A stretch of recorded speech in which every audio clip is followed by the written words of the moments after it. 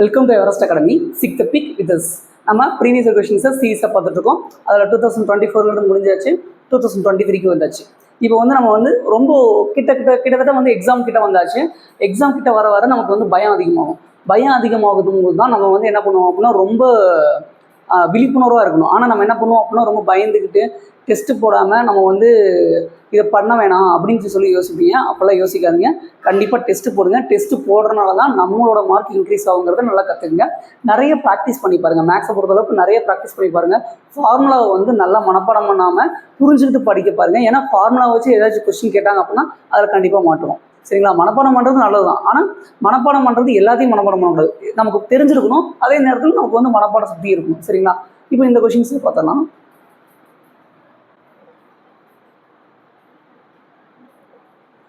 Find the simple interest Rs 25,000 at 8% per annum for 3 years. 25,000க்கு 8% வட்டி விதத்தில் 3 ஆண்டுகளுக்கு கிடைக்கும் தனி வட்டின்னு கேட்டிருக்காங்க. அப்போ தனி வட்டினாலே நமக்கு என்ன பண்ணுவோம்? PNR/100 ஃபார்முலா போட்டுருவோம். நீங்கள் இதை பாஸ் பண்ணிக்கிங்க. பாஸ் பண்ணிவிட்டு ஆன்சர் கண்டுபிடிச்சிருங்க. அதுக்கப்புறம் நான் ஆன்சர் சொல்லிடுறேன். இப்போ SI = PNR / 100. பியோட வேல்யூ என்ன கொடுத்துருக்காங்க? இந்த பியோட வேல்யூ என்ன? 25,000. ஆரோட வேல்யூ என்ன? 8%. என்னோட வேல்யூ என்ன? 3. அப்போ அப்படியே சப்ஜெக்ட் பண்ணுங்கள், ஆன்சர் வந்துடும். பியோட வேல்யூ 25,000. என்னோட வேல்யூ என்ன? 3 ஆண்டுகள். ஆரோட வேல்யூ 8%. டிவிஷன் பண்ணுங்கள். எப்பவுமே ஜீரோஸ் தான் நம்ம ஃபஸ்ட்டு கேன்சல் பண்ணுவோம். அது 0000 கேன்சல் பண்ணியாச்சு. அடுத்து என்ன இருக்குது? இது எல்லாத்தையும் மல்டிப்ளை பண்ணாலே நமக்கு ஆன்சர் வந்துருமா? 3/24. அப்போது 24 250 வரும். அப்போ 25 24 பிரிக்கிட்டு அதோட ஒரு 0 ஆட் பண்ணிக்கலாம்.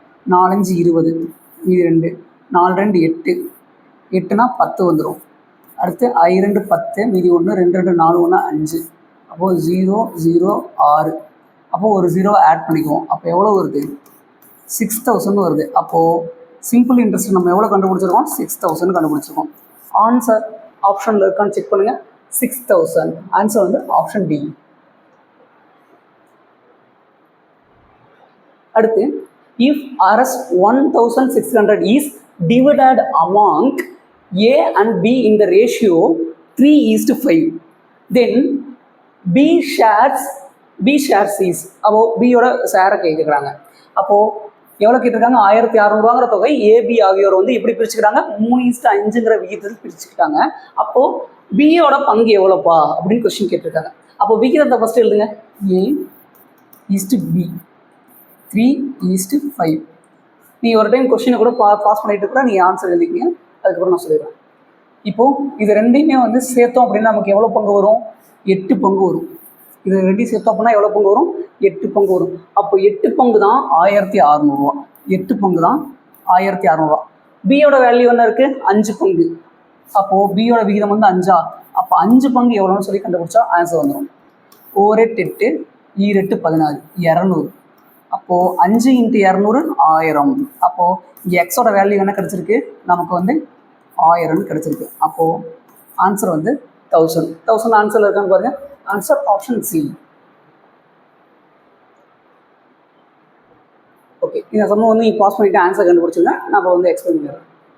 For every 12 mangoes that I buy to turn out to be rotten at this rate, how many rotten mangoes will I have if I pay 100 mangoes? ஓகேவா? நான் வாங்கும் ஒவ்வொரு 12 மாம்பழங்களிலும் 3 அழுகி போய்விடும் எனில் நான் 100 மாம்பழங்களை வாங்கினால் எத்தனை அழகிய மாம்பழங்கள் இருக்கும்னு சொல்லி கேட்டிருக்காங்க. அப்போ ஆல்ரெடி ஒரு விகிதம் கொடுத்துட்டாங்க. இது இவ்வளோனா இவ்வளோ அழுகி இருக்கும் அப்படின்னு. அதை வச்சு நம்ம என்ன பண்ணிடலாம்? பாக்ஸ் மெத்தடில் ஆன்சர் கண்டுபிடிச்சிடலாம். ஆன்சர் கண்டுபிடிச்சலாமா? 12 மாம்பழங்களில் எவ்வளோ மாம்பழம் அழுகி போயிடுன்னு சொல்லிட்டாங்க? 3 மாம்பழம் அழுகி போயிடுன்னு சொல்லியிருக்காங்க. அப்போது எவ்வளோ மாம்பழம் மொத்தமாக அவர் வாங்குறாரு? 100 மாம்பழங்கள் வாங்குறாரு. அப்போ 100 மாம்பழங்களில் எவ்வளோ மாம்பழங்கள் அழுகிரும்னு சொல்லி கண்டுபிடிச்சோம் அப்படின்னா ஆன்சர் கிடச்சிருமா? இப்போ இதை எப்படி எடுக்கலாம்? 1 3 3, 4 3 12, 1 4 4, 25 4 100. அப்போது எக்ஸோட வேல்யூ எவ்வளோ வருது? 25. அப்போ 12 மாம்பழம் வாங்கினா 3 மாம்பழம் வந்து அழுகிருச்சு அப்படின்னா அப்போ 100 மாம்பழம் வாங்கினா எவ்வளோ மாம்பழங்கள் அழுகிருக்கும்? 25 மாம்பழங்கள் அழுகிருக்கும்.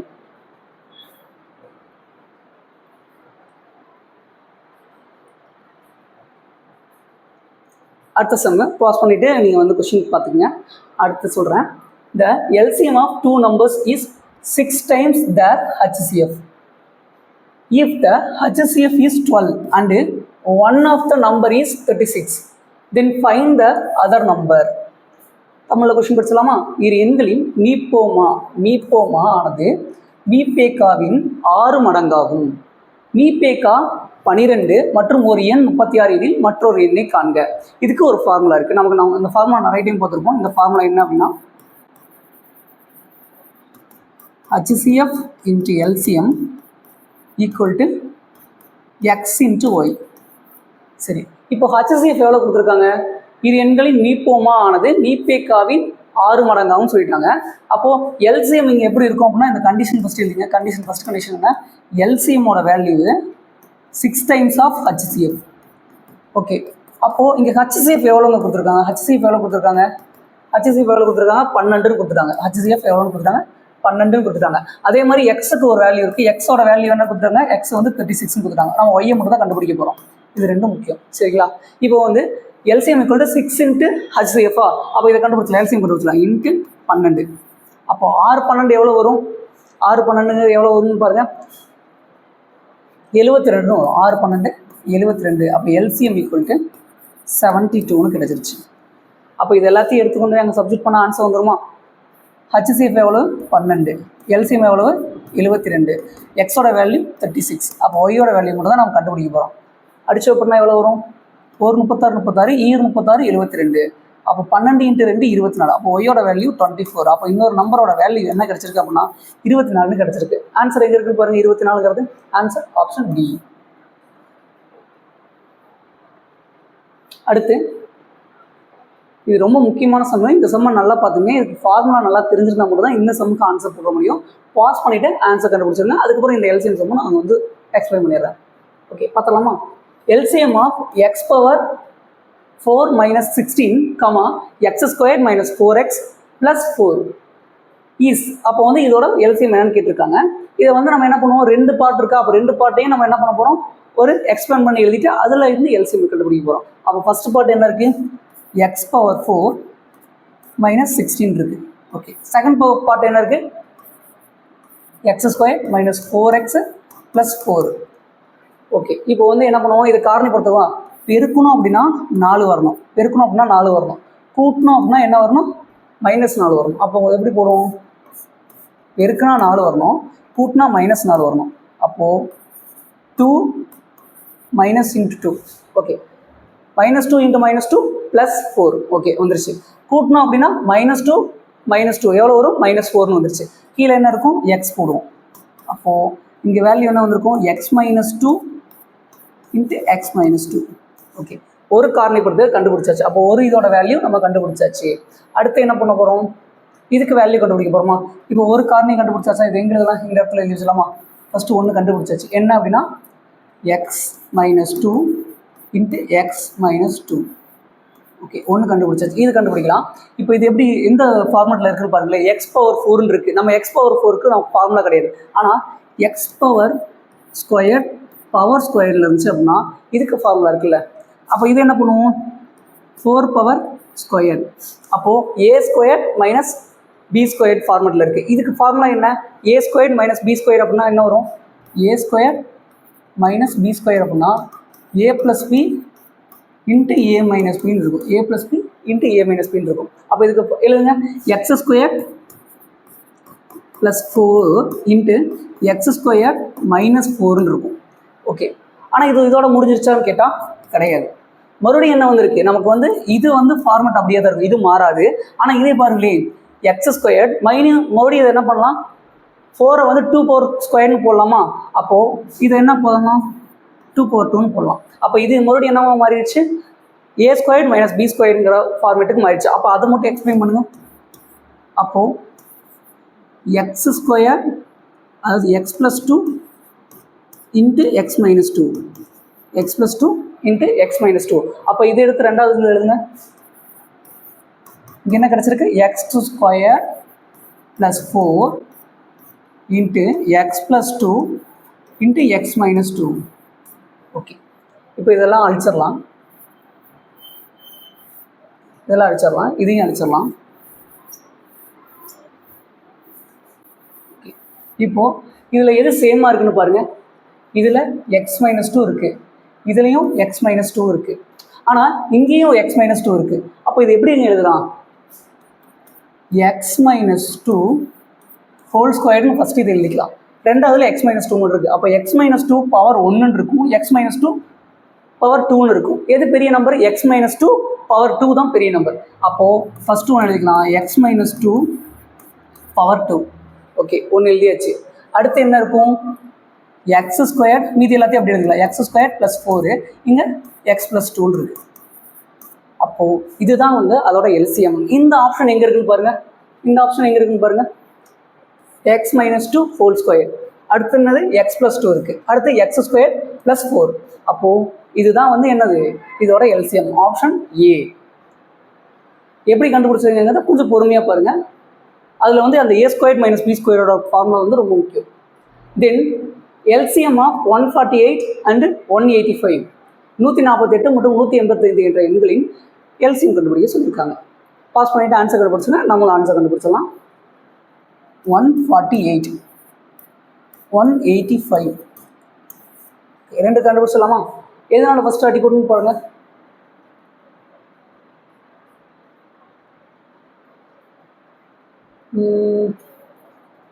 ரெண்டுமே ஒரே நம்பரால் அடிபடுமான்னு கேட்டால் கண்டிப்பாக அடிபடாதுன்னு நினைக்கிறேன். ஃபஸ்ட்டு இதை மட்டும் பண்ணுவோம். 2ஆல் பண்ணுவோம். 7 2 4 2 8. ஓகே, அதுக்கப்புறம் வந்து இது அப்படியே தான் இருக்கும். இது 5ஆல் பண்ணுவோம். 1 5 3 5 5 5, மீதி எத்தனை இருக்குன்னா 7 35 இருக்கும். 7 5 35. ஓகே, அதுக்கப்புறம் இது ரெண்டையுமே வந்து சேமாக எதுலையாச்சும் அடிக்க முடியுமான்னு பார்த்தோம் அப்படின்னா, இதுக்கு மேலே அடிக்க முடியுமா?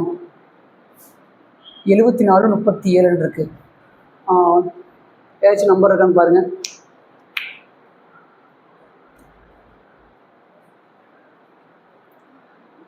37 × 2 எவ்வளோ வரும் பாருங்கள். 7 2 14, 2 6 1 7. ஓகே, அப்போ 37ஆல் அடிக்கலாம்ல. அப்போ 37ஆல் அடித்து பாருங்கள். 37 × 2, இங்கே வந்து 37 வரும். ஓகேங்களா? அப்போ என்ன வந்திருக்கு?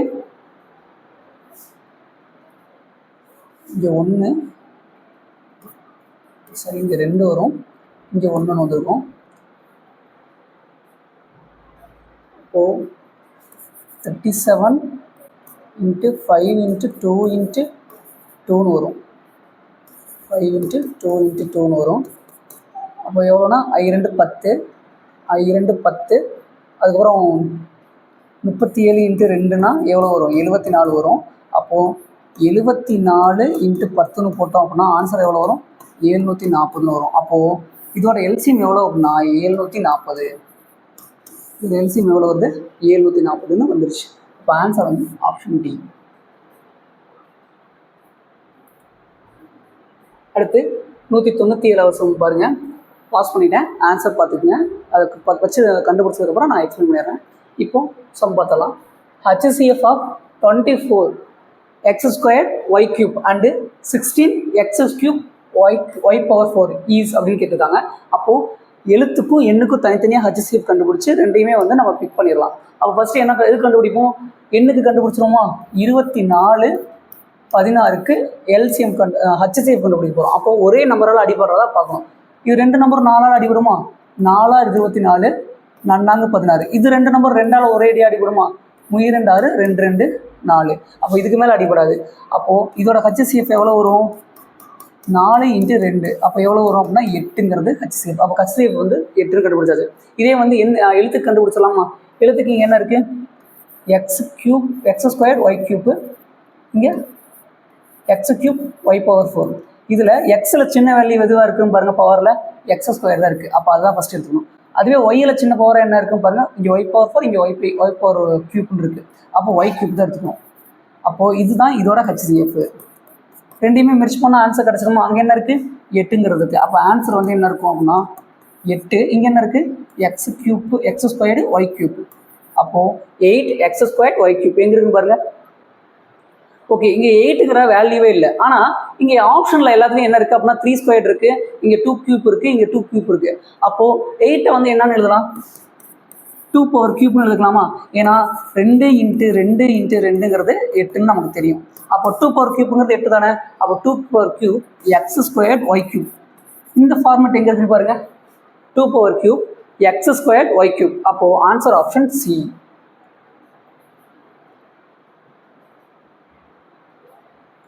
அடுத்து, if bracket x minus 6 is HCF of x² minus 2x minus 24 and x² minus kx minus 6, then the value of k is என்னன்னு கேட்டிருக்காங்க. k ஓட வேல்யூ கேட்டிருக்காங்க.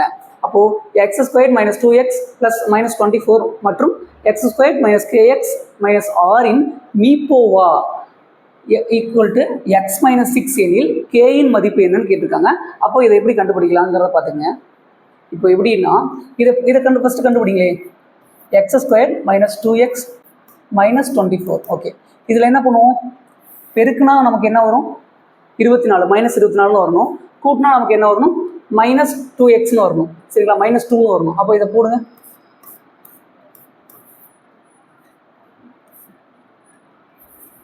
24. அதே வந்து இங்கே என்ன வரணும் அப்படின்னா 2ங்கிறது ஆன்சராக வரணும். ஓகே, இப்போது எந்த நம்பரால் போடலாம்? 6 24.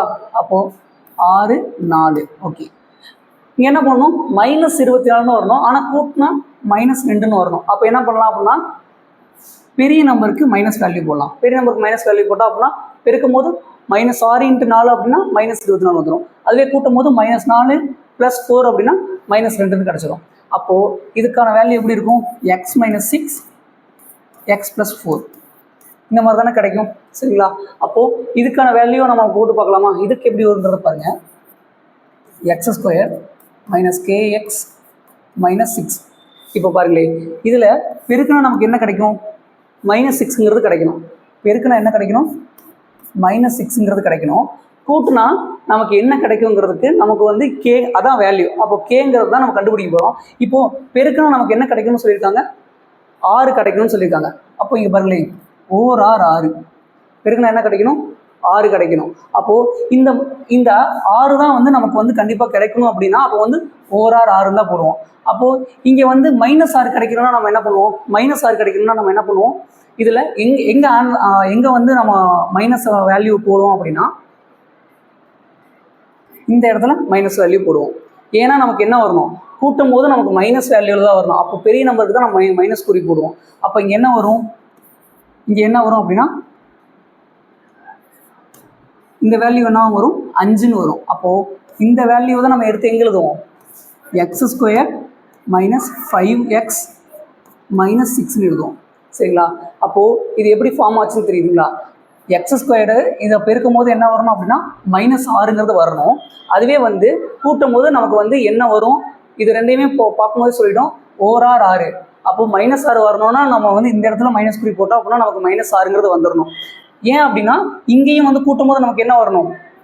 கூட்டும் போது மைனஸ் 5ங்கிறது வரணும். அதாவது மைனஸில் ஒரு கே வருது. அந்த கேவோட வேல்யூ தான் நம்ம என்னென்னு கண்டுபிடிச்சிருக்கோம்? 5ன்னு கண்டுபிடிச்சிருக்கோம். அப்போ இந்த இடத்துல 5ன்னு போட்டோம் அப்படின்னா கேவோட வேல்யூ என்ன? நமக்கு 5. இப்போ கேவோட வேல்யூ 5 எங்கே இருக்குது? ஆப்ஷன் பியில் இருக்குது.